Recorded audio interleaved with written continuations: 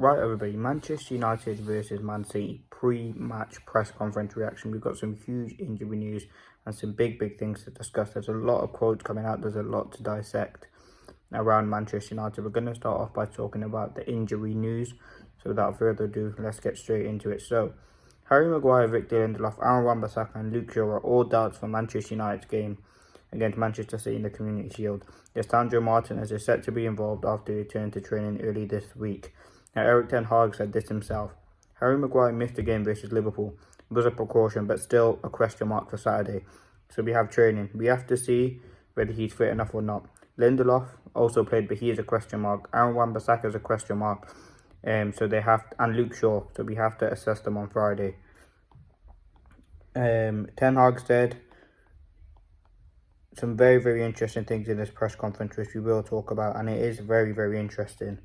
This injury thing is a huge concern. The fact that Manchester United have gone into the season again with so many injuries is such a concern. Sandro Martinez being involved is a positive, but is Ten Hag rushing him back because we don't have anyone else available? Luke Shaw, I mean, we need to talk about him. Someone who's literally hasn't played since February, and I don't think he was even fit to go to the Euros, but he forced himself to go to play for England. And he looked like he's come back to Manchester United injured again, and that is a huge worry. Listen, Luke Shaw's impossible to sell. He's been at Manchester United now 10 years. He's on a huge contract and he's on a big wage. So it'd be very impossible to sell him. But there's no denying that he is a huge liability. If we're honest with you, there's no fan of favoritism here. Luke Shaw is a huge liability and someone Manchester United can't rely on. He's never going to be able to play 75% of the season. He's someone who seems he can't stay fit. There's no doubt when he plays for Manchester United, though he's a very good player and a fantastic player. I think what can happen with Luke Shaw is he can be a he can be a good player for Manchester United. He's one of the best left backs when he's on it, but he just can't seem to do it for a longer period of time. And again, he won't be starting this game. The only fit defenders that we have available, I mean, Lindelof and Maguire, two injury-prone centre-backs again, someone who you can't rely on. We've got Johnny Evans. We don't even know if he's available. Erik ten Hag didn't mention him, so I'm assuming he is available. Dallo, who's only just coming back from pre-season himself. Sandro Martinez, who's had a big injury. And he won't be starting. Or he might not even be 100% fit. And that's really it. So if we're going to see Casemiro at centre-back against Manchester City, that's something you have to be worried about. That is a huge concern. We can't allow that to happen. That would be a massive worry for me. If we're seeing Casemiro at centre-back, again, is a huge concern. That's why Manchester United need to go out and make them signings ASAP to improve the squad.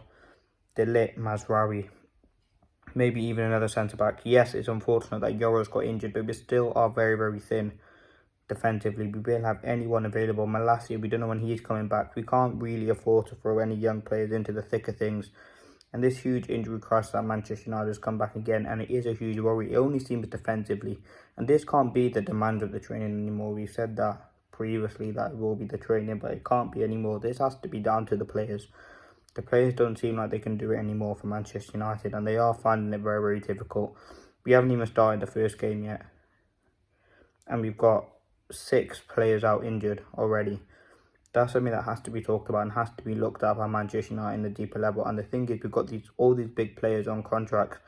You can't seem to leave Manchester United, and that is so disappointing to see. If I'm honest with you, it is a massive concern and a massive worry.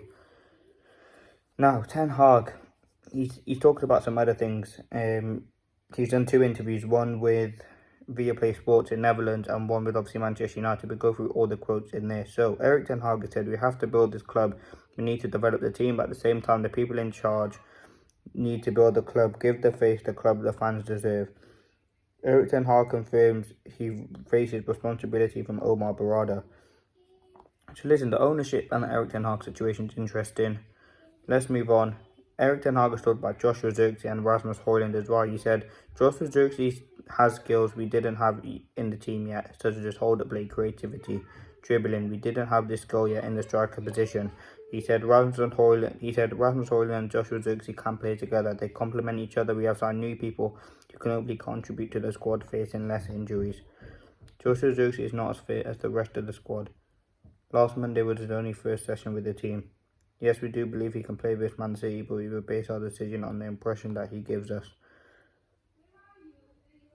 So let's see what happens with Xerxes. I'm hoping he can get some minutes against Manchester City. He may not start the game, may start the game and get 45 minutes, may come on for the second half, but I'm hoping to see a glimpse of Xerxes. He would have had 5-6 days training to get himself back into the team and kind of get himself ready for that game. So I'm hoping Xerxes can have a big game.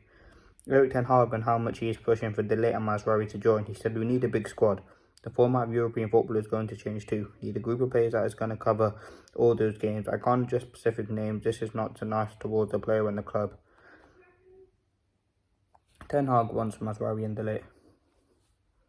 Let's be honest. He massively wants them. They're the two players that he wants to sign. They're the two that he wants to come to the club.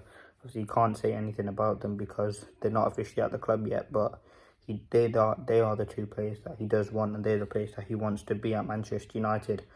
I think what can happen defensively is we need to get them in ASAP. They won't play that game against Fulham, but definitely that second game against Brighton, I believe it is. You want to see a couple of players in that game, whether that's De Ligt, Mazraoui, and even a new midfielder in that game when we really start to get into the thick of things. Erik Ten Hag talked about his philosophy. He said, I have a certain philosophy: dominate the opponent, dictating the game in all aspects of football.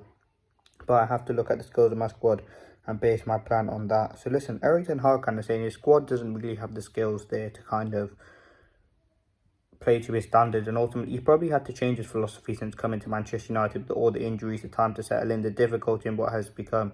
He's probably had to adapt the way that he's played his football, maybe for the better, maybe for the worse, and this is probably why we're not seeing the fluidity of what Erik Ten Hag football was once at Ajax. That's the big thing that I think he's finding very difficult. Now, Erik Ten Hag talked about if the Copa America players will feature at Wembley. He said, this is individual based. Everyone has a different background. We put them off an off-season program that have different starts while we're in the USA. We will assess them, make a decision when they start, come for the bench, or whether they don't play. I think Martinez will start, and I think Garnacho will come off the bench. That's what I think will happen. Now, there's a few other quotes I'm going to give you. He's talked about Mason Mount. We know he's a high-class player and just bringing in his skills. Last season, we had a very bad season, a very tough season for him because of all the injuries. And now we are pleased he had a good preseason, and I'm sure from the point on he will contribute to the team if he stays fit. It counts for every player. And listen, with Mason Mount, it's a big season for him. He's got to prove he's not going to start many games because there's other players just ahead of him. He's got to prove when he does get the opportunity, which he will get in the Europa League, in certain Premier League games, when he comes off the bench, which he certainly will be a big player for us off the bench. He's got to prove why he should be starting. And that's what Mason Mount wants to do. Ultimately, he wants to fight for his position. And you want to see him do that at Manchester United. And I think that's what he will obviously show. As I said, he had a decent pre-season. It's all about him staying fit, number one. I mean, that's the most important thing with all these Manchester United players. We've got to stay fit and we've got to continue going forward. So, yeah, hoping Mount can have a big season. Erik Ten Hag talks about transfers. When we have news, we will announce it. You've seen the market's quite quiet still. We have done business, we've done 2 deals. It's about the timings, the market options, the right moment and the right things. Listen, that's Erik Ten Hag kind of saying it's nothing's happening really at Manchester United at the minute, and that's him trying to kind of limit it down. He said when the time is ready, signings will come, and ultimately they will come. It's just about the correct timing. Manchester United have acted really slow in the last couple of weeks of the transfer window since that Euro deal, which is around 3 weeks ago now. We've got to be very quick, and we've got to get players in. We won't get, obviously, no players signed by that game against Man City, but I'm hoping in the week building up to Fulham, we can get some players into the club. Erik Ten Hag pushed on if it's midfield he wants to strengthen. I don't go into details. We are now where we are in recruitment, what we are working on. We know what we are doing. We are in a good position with the squad, and just wait. Patient, in the right moment, we will tell you. Ten Hag on if Manchester United need to sell to be able to buy more. We did already. We bought already. As I said, we have a squad where every position there's a double occupation. So he talked about Jadon Sancho and how he will treat the community shield. So he said Jadon can play across the whole front line. He's an option for more than one position, and it depends on how you set up the team. You can look at your own tactics, opponents that fit the best, and Jadon has some abilities you could use in that game, tactics and team. I think Jadon Sancho will be someone who starts this Man City game in the false line. He'll definitely play the game. I think obviously having a full pre-season, obviously Eric Ten Hag hinted at Jadon Sancho playing in the false nine role, which could and may happen. But listen, let's see what happens with Jadon Sancho. Ten Hag on why Manchester United will treat the community clash seriously. So we always want to win, also in all the friendlies. It's about the trophy. We put the team out there as very competitive to win this trophy. It's also pre-season. We don't go into big risks. Normal approach to this game. So that's some huge quotes from Ten Hag. Very, very interesting to see what happens.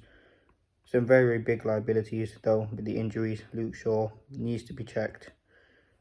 He should be someone that maybe should be on his way out of Manchester United. Luke Shaw is a player I like a lot. But with all these injuries, it is a massive worry to what he can do. But thanks for watching.